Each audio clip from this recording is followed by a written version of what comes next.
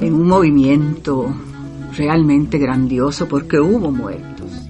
Las voces del pasado en el presente. El primer momento en que piso tierras de América Central. Esto es El Hilo de la Historia. Aquí, en el estadio de Génova, Huancayazo, Costa Rica.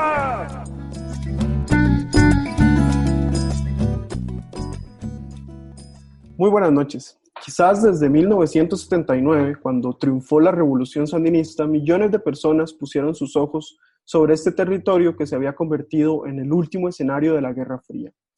Muchísimas personas interesadas en el conocimiento social inmediatamente se interesaron en la región. Una de esas personas fue el profesor Jeffrey Gould, quien nuevamente nos acompaña a la distancia para hablar de Solidarity Under Siege, The Salvadoran Labor Movement, Solidaridad bajo asedio, el movimiento laboral en El Salvador.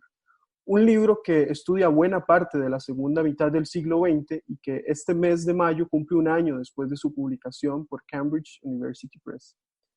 Les habla Randall Chávez Zamora y esta noche les doy la bienvenida a un episodio más del Hilo de la Historia, el podcast de historia de Costa Rica, que el Centro de Investigaciones Históricas de América Central produce junto a 101.5 Costa Rica Radio. Esta noche me acompaña Seidy Salas y el doctor Jeffrey Gould. Buenas noches, profesor. Buenas noches. Muy buenas noches. Además de que el pasado nos permite ver hacia adelante, investigaciones más recientes sobre la región centroamericana, como la que queremos discutir esta noche, nos ayudan a entender la trayectoria de seres humanos de carne y hueso.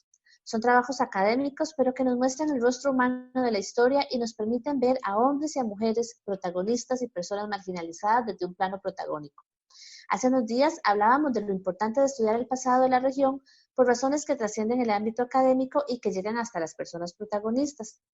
Profesor Gould, en este trabajo del que queremos conversar hoy, háblanos un poco por qué era importante hacer una historia del movimiento laboral salvadoreño en el siglo XXI. Bueno, creo que el movimiento sindical salvadoreño tiene mucha importancia en sí.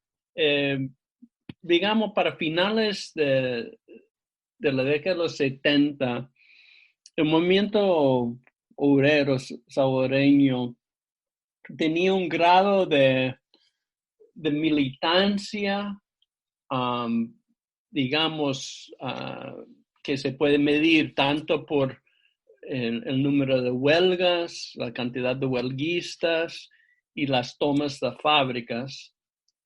Digamos, a nivel latinoamericano, digamos, era proporcionalmente de los más importantes en el continente.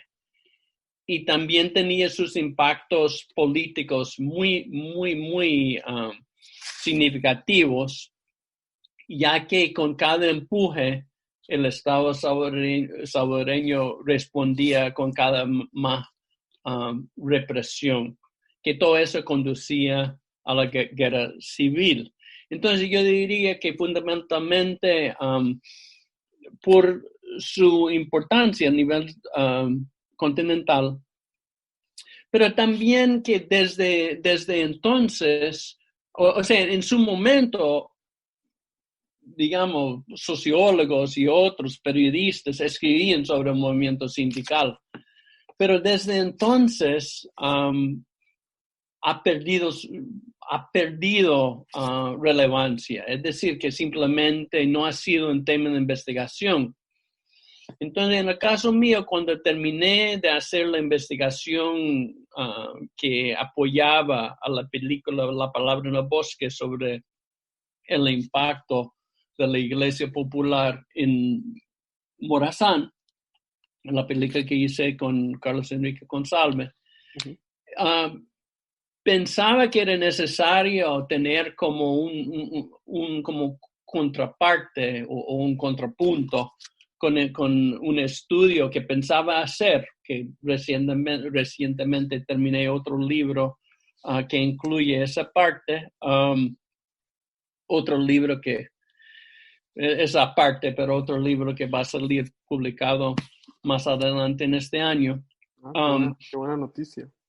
Sí, es un librito corto que tiene que ver con lo que llamo las utopías menores. Entonces ahí tengo 2 capítulos sobre El Salvador. Y en ese momento opté por estudiar el movimiento sindical y me topé con la problemática de Puerto Triunfo también por casualidad. En primer lugar, encontré un recorte periódico que hablaba de una huelga de pescadores. Y como yo, además de haber sido organizador sindical durante mi juventud, también pasé un tiempo como pescador en el Golfo de México. Entonces, esa experiencia me convenció que nunca iba a salir al mar otra vez. Y por eso, cuando estaba haciendo la película sobre Puerto Triunfo, había quizá la posibilidad de hacerlo. Y yo dije, bueno, yo no lo voy a hacer porque esa experiencia había sido muy fuerte para mí. Pero también cuando vi eso sobre huelga de pescadores, pensé, bueno, eso es imposible porque los pescadores que yo conocí jamás habrían sido sindicalistas. Claro.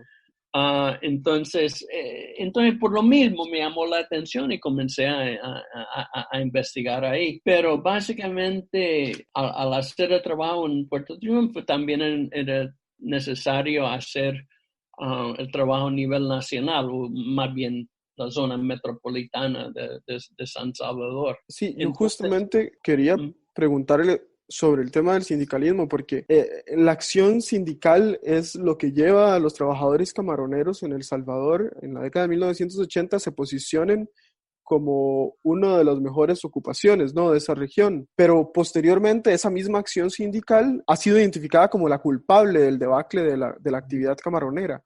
¿Cómo es que se da esta relación entre la bondad del sindicalismo y luego la identificación del sindicalismo como el culpable, ¿no?, de un problema que era muchísimo más estructural? Sí, bueno, en los años 70, un grupo de obreros en las plantas procesadoras en Puerto Triunfo lograron crear una organización, un movimiento sindical en el puerto muy fuerte. Y los primeros capítulos del libro trata sobre cómo lograr ese gran movimiento. Y el sindicato logró conquistar mejoras, digamos, en condiciones de trabajo, beneficios, salarios, hasta tal punto que para finales de la década de 70 eran, bueno, tenían mejor posición dentro de toda la clase obrera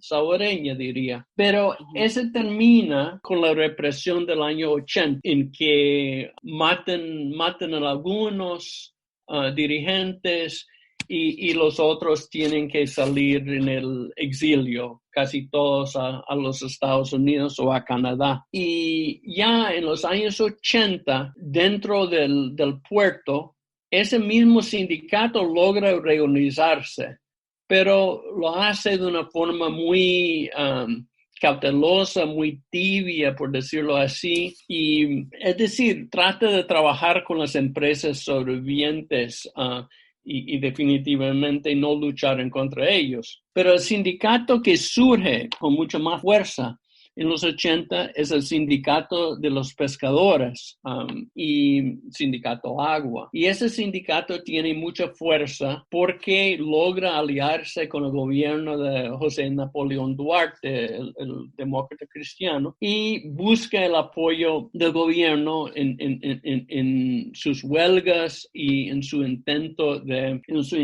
formar una cooperativa que sería el resultado de la expropiación de Pesca S.A., que era la empresa más grande. Ahora, eso fracasa, pero lo que sucede es que también hay otro detalle importante en esa historia, y es que a raíz de un ciclón de 77, los pescadores desarrollan una práctica que para ellos era una práctica de resistencia, que se llamaba la movida, por medio de la cual ellos vendían en alta mar o en playas desiertas una porción significativa, digamos, de camarones que habían capturados a comerciantes piratas. Y ese, bueno, tenía, en su primer momento, estaba visto como justificable por parte digamos, toda la gente de Puerto, porque las empresas después de ese ciclo no habían indemnificado a nadie, ¿verdad? Que los familiares de los 10 pescadores que perdieron sus vidas, bueno, no recibieron nada. Entonces el nivel de resentimiento con la empresa era sumamente alto. Entonces, cuando los pescadores comenzaron a hacer esa movida, bueno, no hubo mucho rechazo. Pero ya para mediados de los 80 era mucho más complicado eso, y esa movida ya tenía sus consecuencias sobre los ingresos, digamos, de las trabajadoras en las plantas y los obreros en las plantas. Entonces, ya volvió un asunto significativo y creó mucha tensión entre los dos grupos, digamos, sobre todo las obreras, pero también había obreros en las plantas y los pescadores. Ahora, en 85 comienza otra cosa bien oculta, y lo que comienza en 85 es un gran fraude perpetrado por unos dueños de las empresas.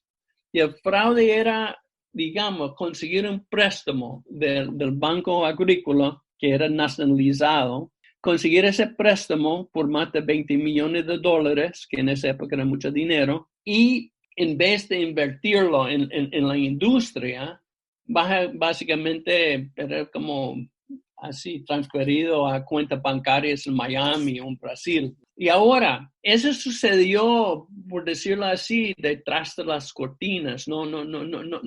Nadie sabía nada de eso. Pero cuando sale la luz, bueno, por lo menos la luz judicial en 87, comienza un proceso en que ya a final del año la empresa tiene que declarar bancarrota, está apropiada básicamente por el mismo Banco Agrícola, pero durante todo ese tiempo los pescadores estaban en huelga precisamente por luchar en contra de las medidas que la empresa había tomado para contrarrestar hasta cierto punto el sindicato, y era una forma de subcontratación. Es decir, que cada capitán, o lo que llaman patrón de barco, cada capitán iba a ser como un contratista en vez de ser un empleado. Y así, con cada barco sería su propio grupo independiente de la empresa.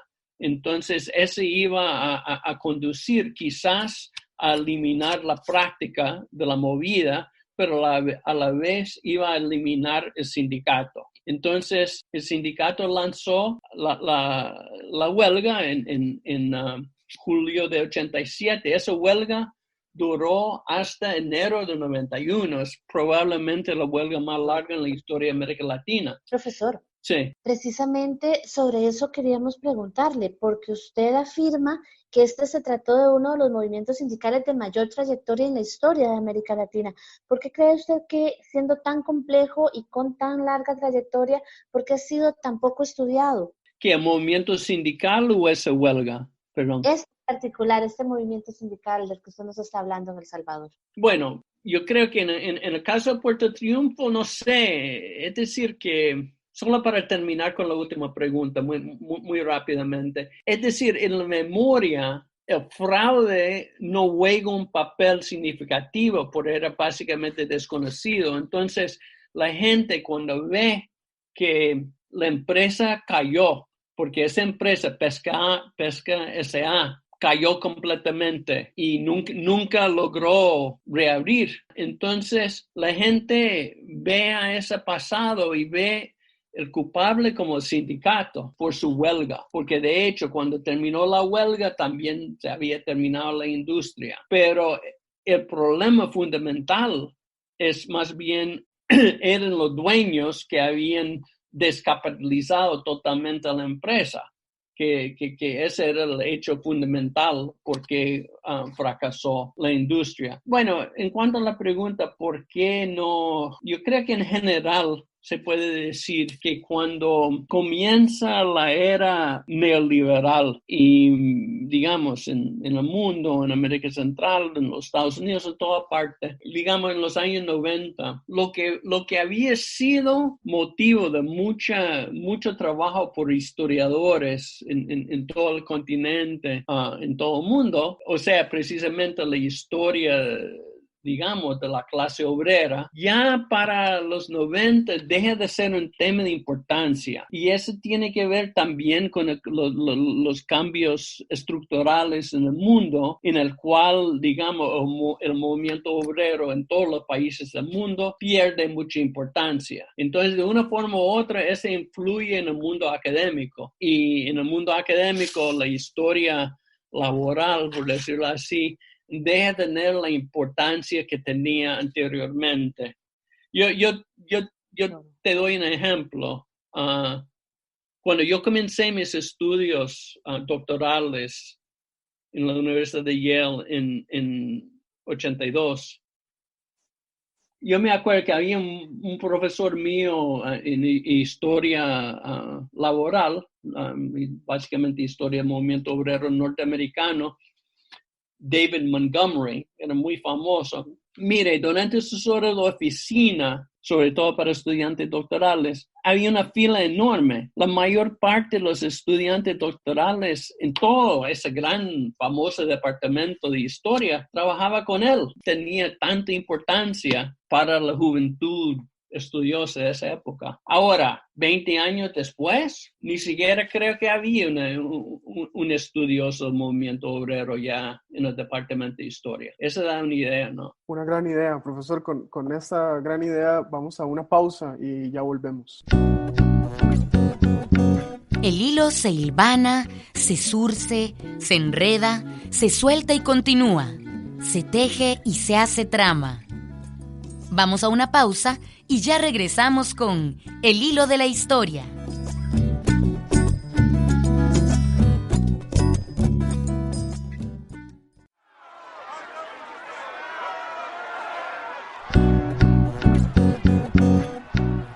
Todos somos hilos en la trama del tiempo. Estamos de regreso en El hilo de la historia. Por mucho tiempo.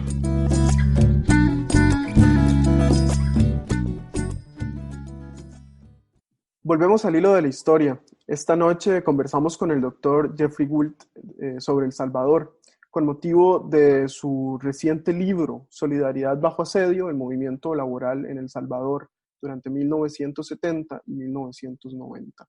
Profesor, ahora nos estaba contando sobre la movida, esta estrategia del movimiento sindical que habla un poco de un concepto muy interesante que usted introduce en su libro, que son los desencuentros que provocó esto y cómo operaron en la historia.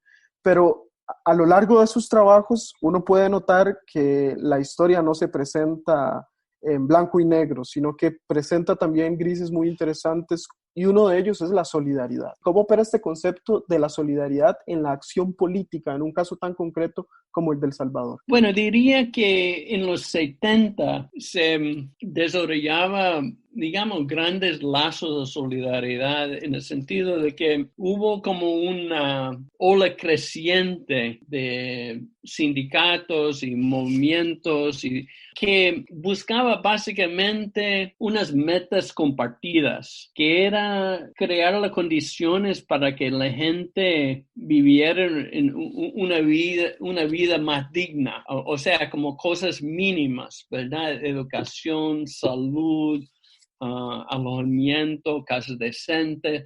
Es decir, que un sinnúmero de demandas, pero muy básicas, compartidas por mucha gente, que llega en cierto momento que ellos reconocen que tienen que trabajar juntos para lograr esos objetivos. sobre todo frente de un Estado muy represivo. Y bueno, así, a pesar de muchas diferencias estructurales, por ejemplo, en la misma fábrica, entre gente, digamos, más calificada que otros, entre hombres y mujeres, que logran constituir eso. Ahora bien, hay un detalle que también es importante, que creo que también noté bastante en mi trabajo sobre Nicaragua, es que cuando hay esos movimientos en contra de estados represivos, los militantes, digamos, los militantes sindicales o campesinos, reconocen la necesidad de tener una solidaridad absoluta. Y eso influye en algo que no creo que es muy reconocido, que incluye cierto nivel de coacción. Y en el caso, bueno, específico, por ejemplo, hay en la historia de El Salvador, hay una manifestación reconocida como la más importante en la historia que ocurrió el 22 de enero de 80, que era que era la manifestación que básicamente señalaba, por un lado, la fuerza del movimiento sindical y por otro, la unificación de las fuerzas revolucionarias, que en esa manifestación que se estima que hubo 150,000, algo así de personas, llegaron más de 1,000 personas, o sea, la gran mayoría de los trabajadores de Puerto Triunfo, pero resulta que hubo cierto nivel de coacción. Y bueno, coacción no física, pero como el sindicato para ese entonces tenía tanto poder, que ellos básicamente pudieran advertir a los trabajadores que quien no acudiera a la manifestación iba a perder el día de trabajo. Ahora, en la memoria de algunos era perder el trabajo, pero era perder el día. Entonces, ese tipo de coacción me da la impresión que no solo hubiera ocurrido en Puerto Triunfo, sino coincide con otros momentos que, por ejemplo, incluso en la insurrección de 32 en El Salvador, hubo, digamos, cuando los rebeldes tomaron las ciudades, obligaron a la gente ahí a participar. Y eso es para presentar un frente unido al Estado, básicamente, pero también tenía un precio. Y este precio de la misma coacción, o sea, el resentimiento. Y en la memoria, tanto de 32 como de los movimientos sindicales, existe esa idea de que esas fuerzas, por decirlo así, emancipadoras, empleaban gestiones de tipo autoritarias.